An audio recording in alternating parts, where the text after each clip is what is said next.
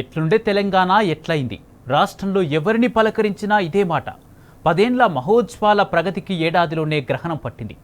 నాడు ధాన్యపు రాశులు, నేడు ఆకలి కేకలు. నాడు పండుగల వ్యవసాయం, నేడు సమస్యల సుడిగుండంలో సాగు సంక్షోభం. కేసీఆర్ సర్కార్ హయాంలో సమగ్ర ప్రగతి సాధించిన తెలంగాణ ఇప్పుడు రేవంత్ రెడ్డి పాలనలో గోసపడుతున్నది. సంక్షేమం లేదు, అభివృద్ధి లేదు. ఎటు చూసినా ప్రజల ఆవేదనలు, ఆక్రందనలే కనిపిస్తున్నాయి. ఆర్థిక క్రమశిక్షణతో సాగిన కేసీఆర్ పాలనలో తెలంగాణ వైభవం సంతరించుకుంటే, గాడి తప్పిన రేవంత్ పాలనలో అధోగతి పాలవుతున్నది. రాష్ట్రంలో కీలకమైన శాఖలను తన వద్దే ఉంచుకున్న సీఎం రేవంత్ రెడ్డి అన్ని రంగాల్లో విఫలమయ్యాడు. ఫెయిల్యూర్ సీఎం రేవంత్ పాలనలో తెలంగాణ ఆగమైపోతున్నది.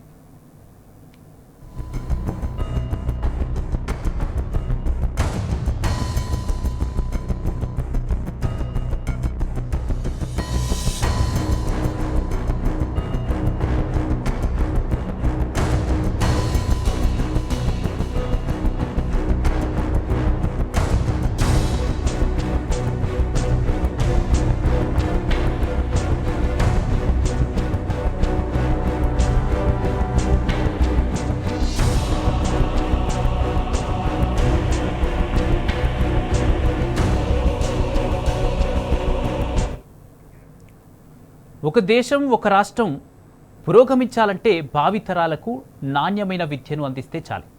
పేదరిక నిర్మూలనలో విద్య ప్రాధాన్యత ఎంతో కీలకం. అందుకే తెలంగాణ రాష్ట్రంలో 10 ఏళ్ల పాటు కేసీఆర్ సర్కారు నిరుపేదలకు గురుకులాల రూపంలో నాణ్యమైన విద్యను అందించింది. కానీ రేవంత్ రెడ్డి గద్దెనెక్కిన తర్వాత అద్భుతాల నుంచి అధోగతి దిశగా తెలంగాణ విద్యారంగం పతనమైంది. విద్యాశాఖను తన వద్దే ఉంచుకున్న రేవంత్ రెడ్డి వ్యూహాత్మకంగానే పేదలను విద్యకు దూరం చేసే కుట్రలు అమలు చేస్తున్నారని విమర్శలు వెల్లువెత్తుతున్నాయి.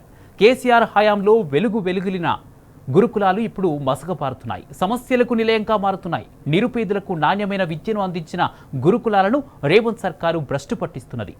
సెమీ రెసిడెన్షియల్ విధానం అంటూ, ఇంటిగ్రేటెడ్ విధానం అంటూ కొత్త డ్రామాలకు తెరతీసింది. గురుకులాల్లో వసతులు, నాణ్యమైన భోజనం లేదంటూ రాష్ట్ర వ్యాప్తంగా విద్యార్థులు రోడ్డెక్కే దుస్థితి తలెత్తింది. అద్దె బకాయిలు చెల్లించకపోవడంతో గురుకులాల భవనాలకు తాళాలు వేసిన దృశ్యాలు రేవంత్ వైఫల్యానికి పరాకాష్ట. ఇక ఇటీవల గురుకులాల్లో కలుషిత ఆహారం తిని ఎంతో మంది విద్యార్థులు ఆసుపత్రుల పాలయ్యారు. అసలు సీఎం రేవంత్ రెడ్డి విద్యాశాఖను తన దగ్గరే ఉంచుకొని ఏం చేస్తున్నట్టు ఎవరికీ అర్థం కావడం లేదు.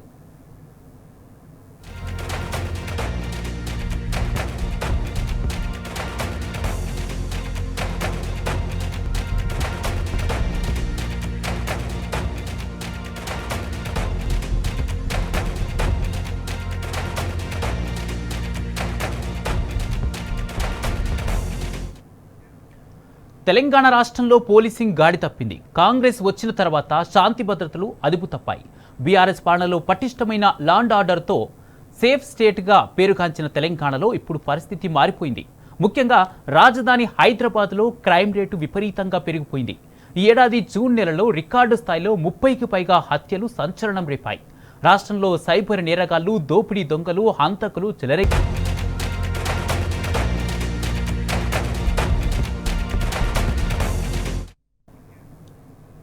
ఇక పారిశ్రామిక రంగం, ఐటీ పెట్టుబడుల్లో తెలంగాణ పరిస్థితి గతమెంతో ఘనమన్నట్టు తయారైంది. 10 నెలల్లోనే సీన్ అంతా రివర్స్ అయిపోయింది. ఒకప్పుడు పెట్టుబడులు వెల్లువెత్తిన హైదరాబాద్ నగరం నుంచి ఇప్పుడు మా కొద్దీ కిరికిరి అంటూ తట్టాబుట్టా సర్దుకుంటున్నారు ఇన్వెస్టర్లు. ముంబై, బెంగళూరు, చెన్నై లాంటి మహానగరాలకు వలస వెళ్ళిపోతున్నారు. ఇప్పటి వరకు ఒక్కటంటే ఒక్క కొత్త ప్రాజెక్టు కూడా ప్రారంభం కాలేదు. కాంగ్రెస్ అధికారంలోకి వచ్చిన తర్వాత అవలంబిస్తున్న విధానాలు నగర ప్రగతికి ప్రతిబద్ధకాలుగా మారాయి. 2023 వరకు దేశవ్యాప్తంగా ఇన్వెస్ట్మెంట్ హబ్గా పేరుగాంచిన హైదరాబాద్లో కాంగ్రెస్ వచ్చాక అభివృద్ధి కుంటుపడింది. రేవంత్ రెడ్డి పాలనలో హైదరాబాద్ రియల్ రంగం డమాలన్నది. మూలిగే నక్కపై తాటిపండు పడ్డ చందంగా హైడ్రా, మూసీ పునరుజ్జీవం పేరుతో రియల్ ఎస్టేట్ను రేవంత్ రెడ్డి నిండా ముంచేశారు. దశాబ్ద కాలంగా నిర్మాణ రంగంలో దేశంలోనే అగ్రస్థానంలో నిలిచిన హైదరాబాద్ ఇప్పుడు కుదేలైపోయింది. ఒకప్పుడు ఇతర రాష్ట్రాల నుంచి తెలంగాణకు నిర్మాణ రంగంలో కూలీలు వలసలొచ్చారు. ఇప్పుడు మన రాష్ట్రంలో కూలీలకే పని దొరకని పరిస్థితి దాపురించింది.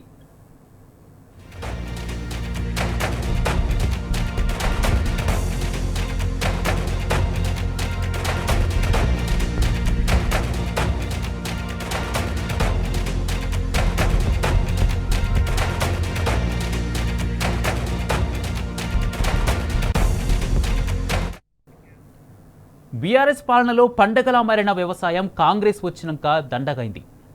విత్తు నాటిన నాటి నుంచి పండిన పంట కొనే వరకు కేసీఆర్ అడుగడుగున రైతుకు అండగా నిలిచారు. కానీ మాయ మాటలతో గద్దెనెక్కిన రేవంత్ సర్కారు అన్నదాతలను ఆగం చేసింది. నమ్మి నానబోస్తే పుచ్చి పుర్రెలైనట్టు తయారైంది రైతుల పరిస్థితి. పెట్టుబడికి అక్కరకొచ్చే రైతు బంధు పథకాన్ని ఆపేసింది. రైతు భరోసా ఎగ్గొట్టింది. రుణమాఫీ పాక్షికంగా అమలు చేసి లక్షలాది రైతులను గోసపెడుతున్నది. కష్టపడి పండించిన ధాన్యం కొనకుండా రైతులను గోసపెడుతున్నది. ధాన్యానికి బోనస్ బోగస్గా మారింది. ప్రశ్నించిన రైతులపై పోలీసు లాఠీలు జులుం ప్రదర్శించాయి. సాగునీరు, కరెంటు కష్టాలతో రైతులు గోసపడుతున్నారు. 10 ఏళ్ల తర్వాత రైతులు రోడ్డెక్కి నిరసనలు చేసే పరిస్థితి దాపురించింది.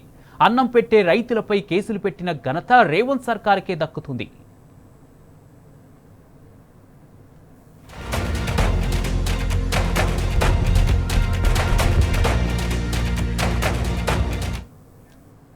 ఎమర్జెన్సీ ఈ పేరు వినగానే ఇందిరాగాంధీ గుర్తొస్తారు.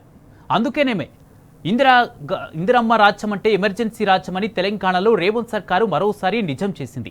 ప్రజాపాలన తెస్తామంటూ ప్రగల్భాలు పలికిన రేవంత్ రెడ్డి గద్దెనెక్కిన తర్వాత నియంతృత్వ పాలనతో రెచ్చిపోతున్నారు. కాంగ్రెస్ సర్కారు నిరంకుశ పాలనలో దశాబ్దం తర్వాత తెలంగాణలో మళ్లీ పోలీసుల దమనకాండ కనిపిస్తుంది. రేవంత్ సర్కారు నియంతృత్వ అడుగుల కింద తెలంగాణలో ప్రజల స్వేచ్ఛ హరించుకుపోతున్నది. రైతులు, విద్యార్థులు, నిరుద్యోగులు, జర్నలిస్టులు, సామాజిక ఉద్యమకారులు, ప్రజా హక్కుల సంఘం నేతలు ఇలా అన్ని వర్గాల ప్రజల హక్కులు కలరాసింది సర్కార్. ఉవ్వెత్తున ఎగుస్తున్న ప్రజాగ్రహాన్ని అదుపు చేయలేక, ప్రజల ఆకాంక్షలు నిలబెట్టలేక చేతులెత్తేసిన సర్కార్ ఇప్పుడు నిర్బంధాన్ని అస్త్రంగా ప్రయోగిస్తున్నది.